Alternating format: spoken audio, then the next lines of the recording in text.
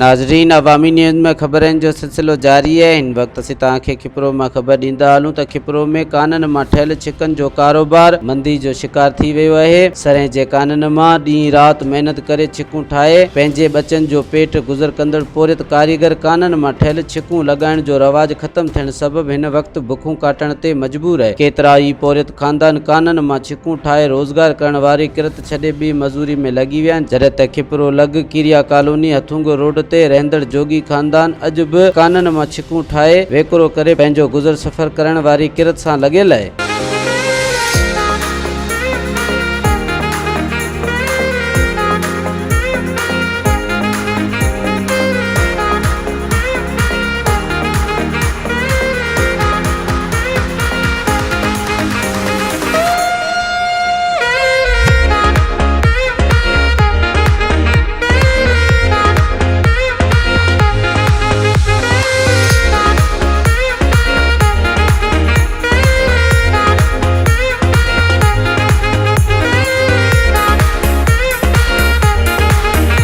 असांजो इहो ई आहे ग़रीबनि जो, त इहो कमु करियूं था त ही थोरी महिनती कमु आहे।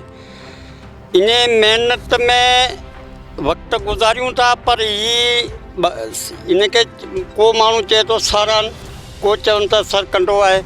अहिड़ी ॻाल्हियूं इनखे इहे सारान ॿाराड़ी खां वठी था अचूं, उन खां पोइ ठाहियूं था, छिलाई करियूं था, पोइ ॿध करियूं था, हेठि मथे ॿध करियूं था। ठॻियुनि वारो कमु असां न ज़िंदगी में कयो आहे त न को करियूं था। मथे अलाह ॾिसण वारो आहे। अॼुकल्ह माण्हुनि 2 नंबर कमु चालू करे छॾियो आहे। इतफ़ाक़ी खुदा में तो इहो कमु वॾेरो दर्स पंहिंजो मथूण जो दर्स उन ठहिरायूं। कंहिं शेखनि ग़लति कमु करे ॾिनो, उहो मूं खोले दुबारा महिनत मूं दुबारा डबल कई आहे।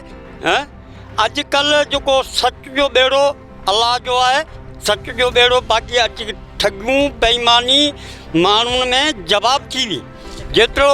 हा, ही घटि में हिकिड़ी चिक ठहंदी आहे, 3 ॾींहं 4 ॾींहं मतिलबु कमु थिए थो।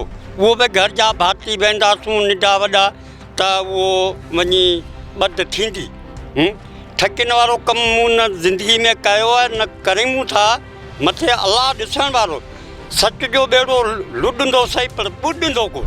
मार्केट में पोइ वॾा माण्हू आहिनि, पोइ चिकूं ठहिराइनि था विरांडे जूं दरी दरवाज़नि जूं, उहो बि ठाहियूं था, पर माप आर्डर वठूं था, आर्डर ते ठाहियूं था।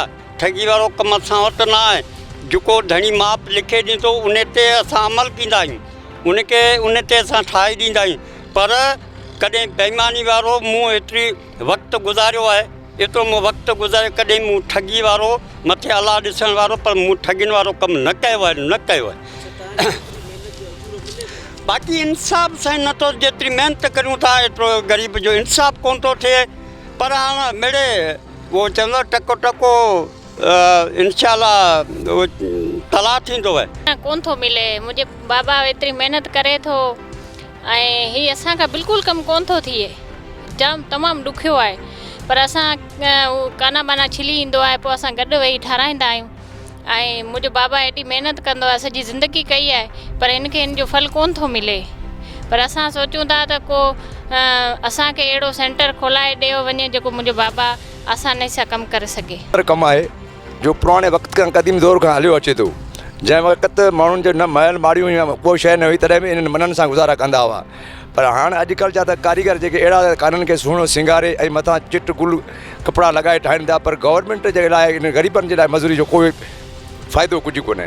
छो त जेतिरी हिननि जी महिनत आहे उहो अजूरो कोन थो मिले। गवर्नमेंट खे अर्ज़ु था करियूं त महिरबानी करे इन ग़रीब मिस्किननि जो ॾिठो वञे, कुझु न हुजे। काननि मां ठहियल छिकूं ऐं मोड़ा वॾे शौक़ सां इस्तेमालु कंदा हुआ। हाणे हिन जी जॻह ते चीनी शयूं मार्केट में अची वियूं आहिनि, इन करे असांजो कारोबार घटिजी वियो आहे। काफ़ी कारीगर इहा किरत छॾे चुका आहिनि, पर असां अञा ताईं इहा किरत कंदा अचूं पिया। कैमरा टीम सां गॾु हरीश KBC अवामी न्यूज़ खिपरो। मज़ीद खबरों और तफसीलात के लिए विजिट करें हमारी वेबसाइट www.awamiNewsHD.com।